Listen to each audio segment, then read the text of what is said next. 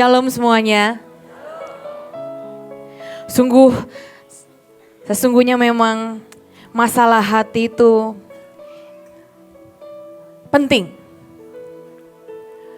Saya nggak janjian dengan Pak Luki, cuma saya bersyukur saya melanjutkan. Saya berharap kita masih sangat kuat ya. Masih sangat kuat untuk mendengar, sangat kuat untuk mengunyah, sangat kuat untuk makan. Feel, embrace, and win. Tadi kita belajar soal hati, kita akan lanjutkan sedikit tentang hati kita tetap harus punya rasa. Hati kita harus tetap melanjutkan dengan embracing everything. Memeluk, memegang, melanjutkan sampai akhirnya kita menemukan mahkota kemuliaan menjadi bagian kita. Yang pertama feel. Buat saya feel itu adalah sesuatu yang seringkali kita nggak mau. Saya tuh ingat ya, waktu saya masih muda, saya juga masih muda sih sekarang, cuma waktu dulu waktu saya masih sangat muda. Saya itu sangat pemarah. Siapa di sini yang tidak percaya kalau saya ini galak? Boleh angkat tangan? Nggak percaya? Oke. Kan yang nggak percaya boleh angkat tangan. Siapa di sini yang nggak percaya kalau saya ini galak, pemarah gitu, boleh angkat tangan. Dukunglah saya loh saudara, dukunglah saya. Oke, adalah beberapa. Berarti sisanya tahu saya marah dan galak ya? Wah luar biasa. Aduh Tuhan Yesus ampuni saya. Tapi saya ingat banget gini ya. Siapa di seluruh Mahanaim yang kalau kamu itu marah pernah tendang Ko Joshua? Siapa? Kalau ada kita bersaing saudara. Ada yang pemarah, kalau kamu udah pemarah sekali, sungguh-sungguh pemarah sampai kamu menendang Joshua. Gak ada yang berani, ya luar biasa. Saya dulu kurang tahu diri, kurang mengenal diri, kurang ajar, campur jadi satu. Saya ingat banget hari itu saya lupa marahnya kenapa, berantemnya kenapa, saya lupa. Hari itu dia pasangan hari saya, dia jatuhin saya hari itu, saya juga lupa ya. Pokoknya ada sebuah kejadian yang membuat saya marah, saya tendang kakinya kayak gini ya. Dus gitu, wah itu luar biasa lah, itu sungguhan. Saya bukan atlet Muay Thai, tapi percayalah tendangan kaki saya lumayan sakit. Itu saya pemarah sampai segitunya. Saya ingat banget hari itu junior, Joshua, Coach Steven dan teman-teman lagi berkumpul di meja bundar. Kayak meja bundarnya Kings Arthur gitu ya, lagi berkumpul. Dan mereka godain saya sama satu cowok. Saya lupa juga kondisinya gimana. Parah ya, udah marah, mengerikan tapi lupa. Dia godain Kesha. Saya marah, saya datengin mejanya. Itu meja junior. Siapa di sini yang pernah berani marah di depan junior ya? Itu saya, hebat, luar biasa. Saya datang, saya gebrak mejanya. Meja bundar. Semua shock lah. Gak ada itu menurut saya di dunia ini, bukan dunia lah ya. Di Mahanaim lah terutama ya, mungkin kalau kita boleh, siapa yang berani gitu. Siapa yang berani gebrak meja, muka saya marah. Bisa diem gak? Wah saya marah luar biasa banget. Cuma dulu, saya ingat banget. Setiap kali Joshua bilang, ibu bilang, Kesha kamu tuh pemarah sekali dan galak. Saudara tahu? Enggak. Saya nggak tahu sih, saya pernah bilang nggak sih? Kalau dulu dibilang galak, kamu tuh pemarah banget dan galak. Dan saya merasa enggak, mungkin saya setuju tadi sama emang yang angkat tangan, kita satu tim hari itu ya. Enggak, saya enggak galak, saya enggak marah. Cuma memberi peringatan, nah, ya kan? sama aja ya. Cuma memberi peringatan. Saya ingat hari itu di Hananel Cinta, ada nggak ya teman-teman saya di sini? Saya lupa marahnya kenapa. Mengerikannya itu lupa marahnya kenapa. Kita lagi masak coklat atau apalah, lagi motongin coklat pakai pisau sebesar ini. Terus saya berantem sama Joshua, saya lupa berantemnya kenapa juga, karena kayaknya saya ngantuk hari itu. Saya ngantuk dan lapar, jadi bahaya sekali itu. Saya lagi motong pakai pisau, tak. Dan saya marah, saya nancepin pisau di meja, das gitu.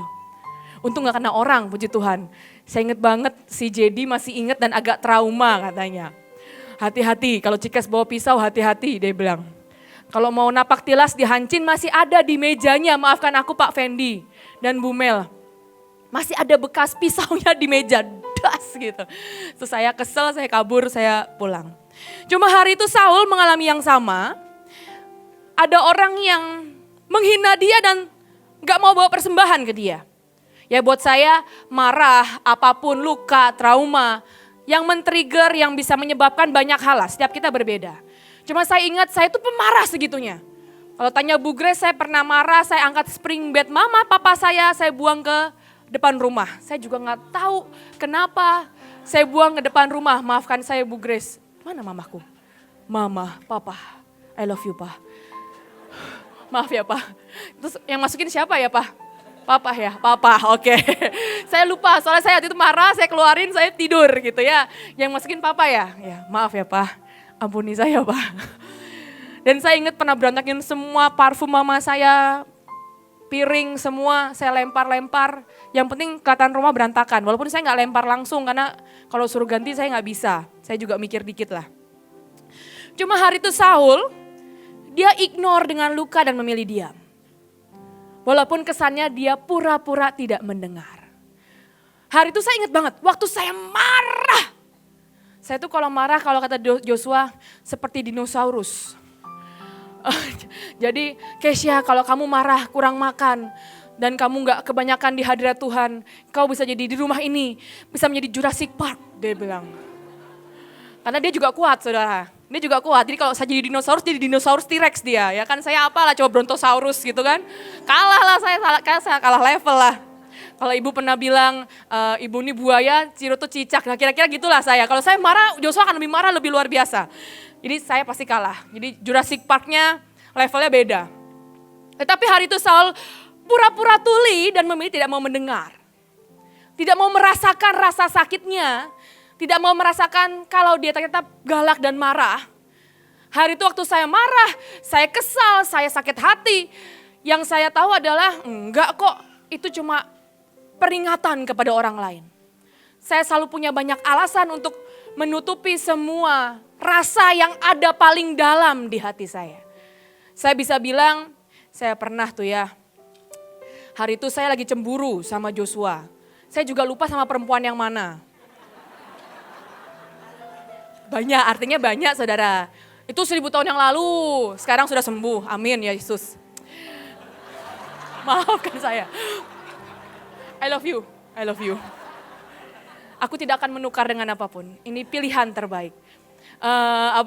Dan saya lagi marah, saya ingat banget. Joshua lagi ngobrol sama perempuannya ya. Gitu kan lagi tawa lagi ngobrol lah. Lagi ngobrol lah. Nggak ngapa-ngapain, ngobrol. Kalau ada perempuannya saya juga minta maaf, kayaknya ada nih, pasti ada. Terus hari itu saya ingat banget, saya jalan dan saya tabrak perempuannya. Dengan badan saya yang kayak traktor ini. Gitu. Nggak naik motor, pakai badan. Nggak kecelakaan, nggak. Aman, lecet enggak. Jatuh aja. Maafkan ya Tuhan. Tapi sungguhan. Saya tabrak nih, enak nih, seru nih. Tabrak, jatuh cahaya. Wah gitulah. Terus Joshua bertanya, kamu kenapa tadi? Kayaknya aku baru ngaku deh kali ini ya. Maaf ya Jos, perempuannya maaf ya siapapun ya. Maafkan saya. Dan saya bilang, aku habis nonton film superhero. Terus kamu jadi siapa kata Joshua? Saya jadi Flash. Kenapa jadi Flash? Cepet saya jalannya. Gak kelihatan ada orang saya bilang. Ya Joshua udah tahu lah saya kesel, dia gak nanya lagi. Saya diem, saya mikir kenapa saya jawab begitu ya. Cuma itu saya ignore dengan perasaan yang terdalam dari hati saya. Yang terdalam apa? Ya cemburu aja, kenapa dia ketawa-ketawa enak banget ya kayaknya ya. Seru gitu, seru. Kok saya gak diajak ngobrol ya, saya juga pengen dong ketawa-ketawa. Pengen juga lah kadang-kadang gitu. Sungguhan loh, sungguhan. Jujur. Jujur ini yang terdalam. Cuma seringkali aku ignore dan aku tutupi dengan sangat banyak alasan, sangat banyak acara, sangat banyak hal yang rohani. Untuk apa?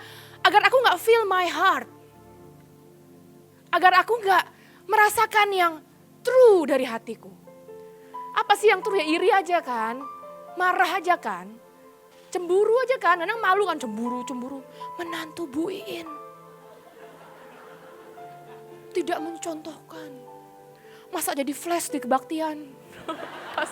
Tas. Puji Tuhan, maafkan saya, sungguhan. Pasti ada orangnya, saya yakin ada orangnya. Kejadiannya di Cirebon. Biar orangnya makin, wah jangan saya nih yang ditabrak gitu ya. Kalau nggak merasa ditabrak ya udahlah, puji Tuhan. Cuma yang pertama kita harus feel dan jujur. Agar apa? Agar hati kita berdenyut lagi seperti yang Pak Loki khotbahkan. Heart is matters. Hati itu penting. Makanya kita harus cek dan apakah kita masih tetap bisa merasakan itu loh. Apa kita bisa jujur dengan yang paling dalam dari hati kita. Yang kedua adalah embrace. Buat saya ini kata yang sangat dalam. Saat kita berani menghadapi, memeluk, dan tidak memilih keluar secara prematur. Ayatnya berkata, so don't try to get out of anything prematurely. Jadi jangan mencoba untuk keluar dari situasi apapun secara prematur. Anggaplah ini sebagai sebuah hadiah dalam kehidupan kita. Saya pernah bilang sama Joshua, saya hari itu dimarahin sama Joshua lah. Yang salah sebenarnya enggak saya doang lah menurut saya. Tapi saya percaya, saya bilang ini, Jos, kamu itu adalah seperti coach dalam hidupku, bukan hanya suami. Kenapa? Karena kamu memaksa saya harus selalu lulus. Mau siapa yang salah, pokoknya saya yang harus lulus. Kamu tuh coach dalam hidup saya. Terima kasih suamiku, karena kamu memaksaku untuk terus selalu lulus. Saya pernah berdoa, hari itu saya lagi jadi dinosaurus lah, Jurassic Park part 2, 3, 4, 5. Saya berharap itu yang terakhir. Ya itu kan perjuangannya, ada orang berjuangnya kan berzina, ya kan? Ada orang berjuang dengan marah tuh ada loh, sungguhan. Saya tuh kalau marah harus mengeluarkan seluruh kekuatan saya untuk menahan semua emosi agar gak jadi dinosaurus. Dan hari itu saya ingat banget waktu saya sungguh-sungguh berdoa lah ya, saya lagi jadi dinosaurus. Saya marah, saya ngomel ke Tuhan. Makanya seringkali Pak Luki bilang punya waktu dengan Tuhan. Ya kadang waktunya gak cuma di kebaktian, waktu di toilet, ya kan? Waktu kamu lagi marah atau kamu lagi kesel. Saya kesel banget. Rasanya tuh seluruh badan mendidih di hati. Dan saya doa sama Tuhan, Tuhan, orang ini ya kurang ajar ini orang. Ini masih ada rasanya, emosinya ya. Rasanya pengen tak bunuh ini orang. Gimana ya caranya ya, tabrak lagi apa pakai flash. Atau jadi Hulk apa ya, kita remas dengan tangan, cas, banting gitu ya. Saya bilang, mana mungkin dalam waktu sekian waktu, kan saya mau retret tuh ceritanya, mau retret. Di retret saya dapat desas-desus, akan ada rekonsiliasi kepada seluruh tim. Orang yang saya kesal ada di tim, hari itu. Saya sebagai pemimpin tidak mungkin kalau orangnya datang saya tidak mengampuni. Mau taruh di mana muka saya? Cuma di hati mendidih. Saya bilang ini Edian Ki, apa ya bahasa yang tepat ya? Gila banget gitu, gila banget. Itu levelnya tinggi banget, di atas gila banget. Edian Ki. Aku masih kesel-keselnya, aku harus senyum sama orang itu, aku harus ngampuni orang itu. Nggak bisa Tuhan, nggak mampu. Kata orang, heal need time, kesembuhan butuh waktu. Saya bilang gitu, sok-sokan lah, sok anak muda ya. Memang kadang anak muda tuh sok-sokan pakai quotes, padahal quotesnya belum tentu benar. Kesembuhan tuh butuh waktu Tuhan, butuh waktu. Healing, aku nih butuh healing. Mungkin sebulan, 2 bulan, 3 bulan, gak tahu lah berapa bulan. Alasannya banyak aja. Terus saya inget banget, saya berharap Tuhan membela saya, tapi Tuhan ngomong gini. Iya, itu kan kalau manusia biasa. Emang kamu manusia? Tuhan ngomong gitu. Kan kamu dinosaurus katanya. Emangnya kamu manusia? Tuhan bilang gitu. Katanya kamu kalau di superhero kamu mau jadi Wolverine. Kenapa? Setiap kali disuruh pilih, iya anakku. Kenapa? Gak marah-marah anakku. Lagi khotbah. Dan itu kan kesembuhannya cepat. Dilukai, jebret. Heal. Sembuh. Nutup. nggak luka, lari lagi. Kamu emang manusia, Tuhan ngomong gitu. Saya mikir kan, wah mateng ini. Salah ini quotes-nya ini. Kesembuhan butuh waktu alasanmu. Ya aku bukan manusia, orang kita beyond human, from nothing to beyond human. Nyanyi doang kita. Coba kita suruh mengampuni, Tuhan kesembuhan butuh waktu. Enggak, kalau kamu beyond human enggak butuh waktu.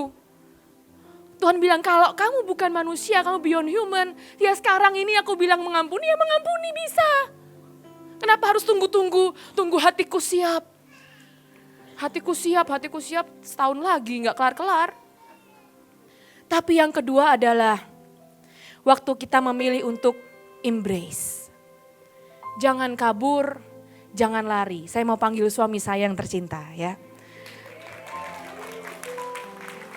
Papa, wah. Kapan lagi kan saya yang khotbah kan? Mumpung lah ya gak sih? Boleh ngapain aja kan? Kalau tahu anak saya iseng ternyata bukan dari bapaknya ya. Mamanya juga iseng. Makanya combo anaknya.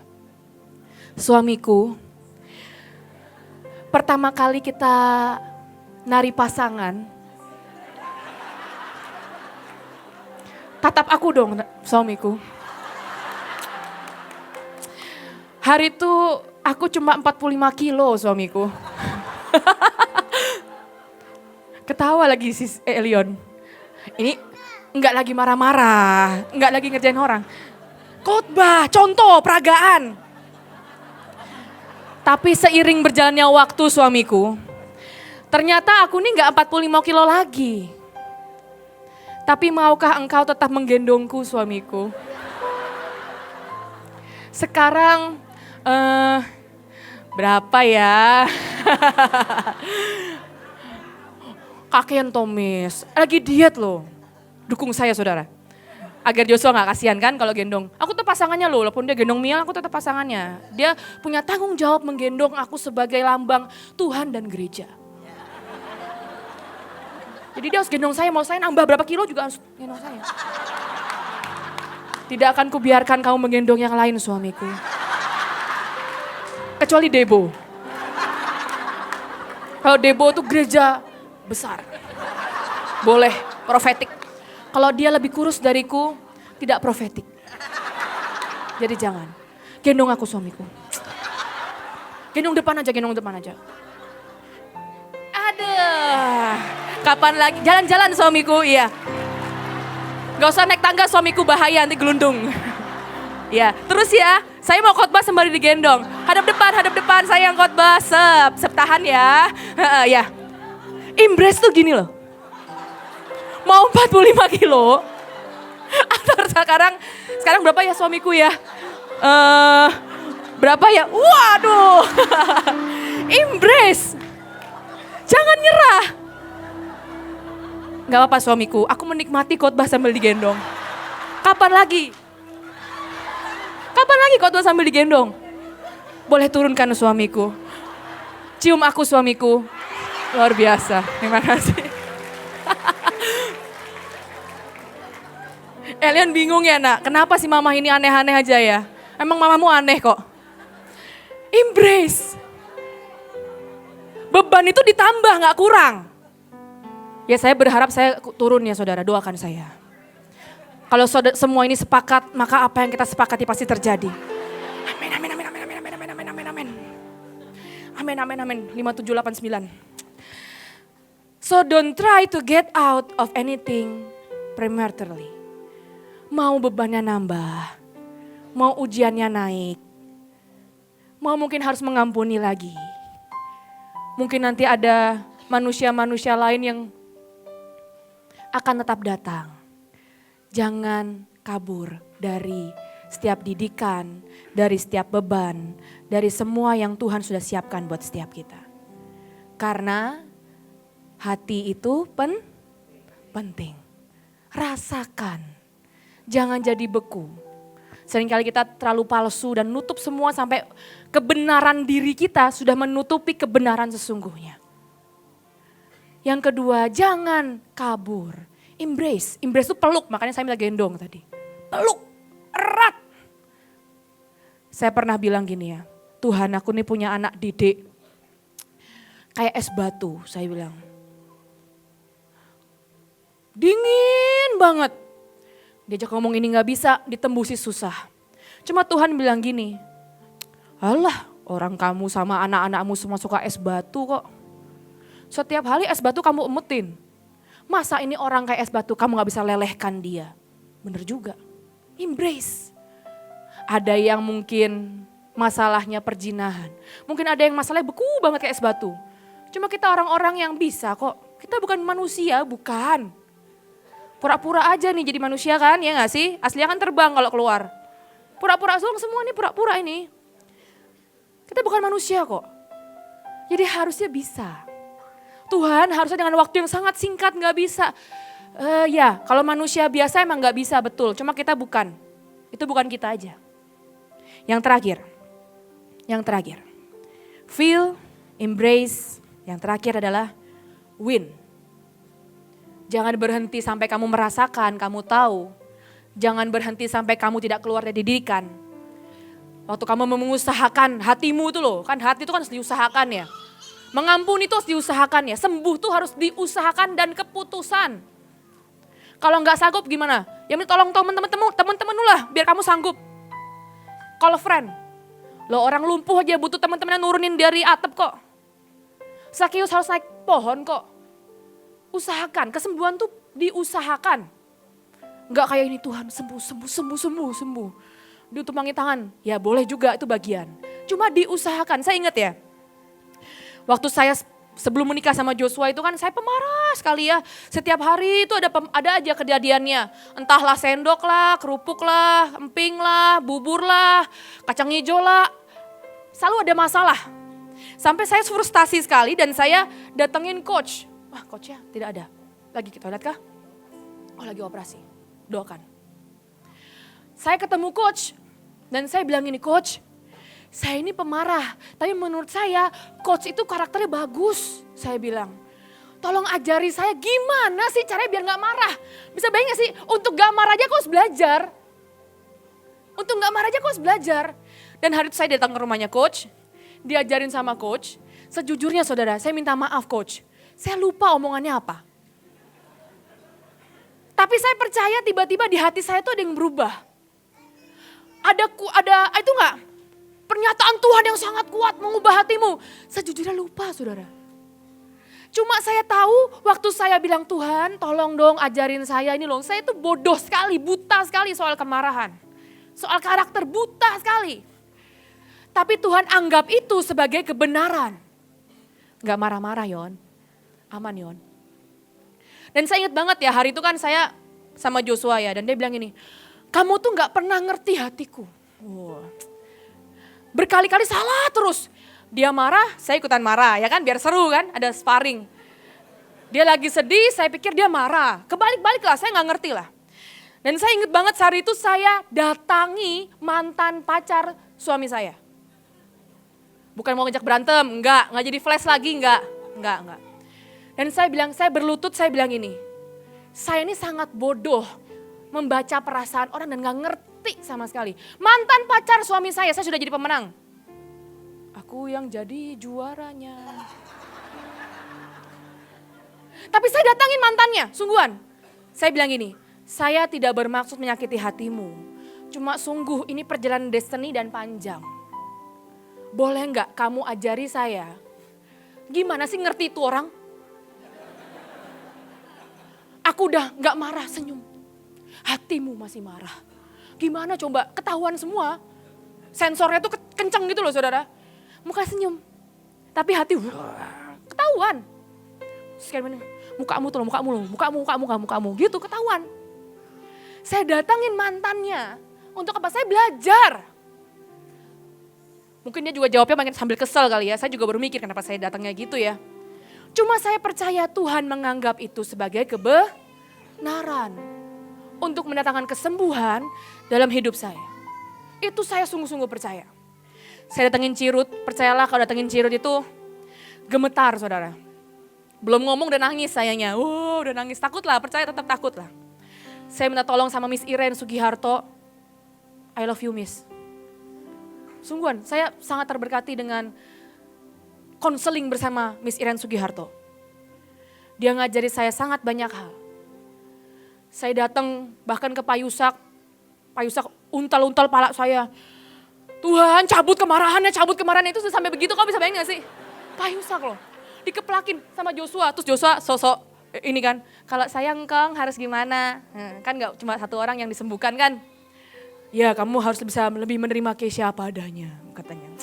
Bijak sekali, cuma saya diuntel-untel loh. Saya tahu dikeplakin, Tuhan urusan dengan kemarahan, cabut sambil rambut saya diuntel-untel. Cuma yang terakhir kita harus memilih untuk menang. Memilih, memutuskan. Kadang kita kan berlari ya, kita mau sembuh, kita mau menang. Tapi kita berlari ke arah yang salah. Ya gak menang-menang lah, orang finish line-nya di sana. Memilih untuk menang.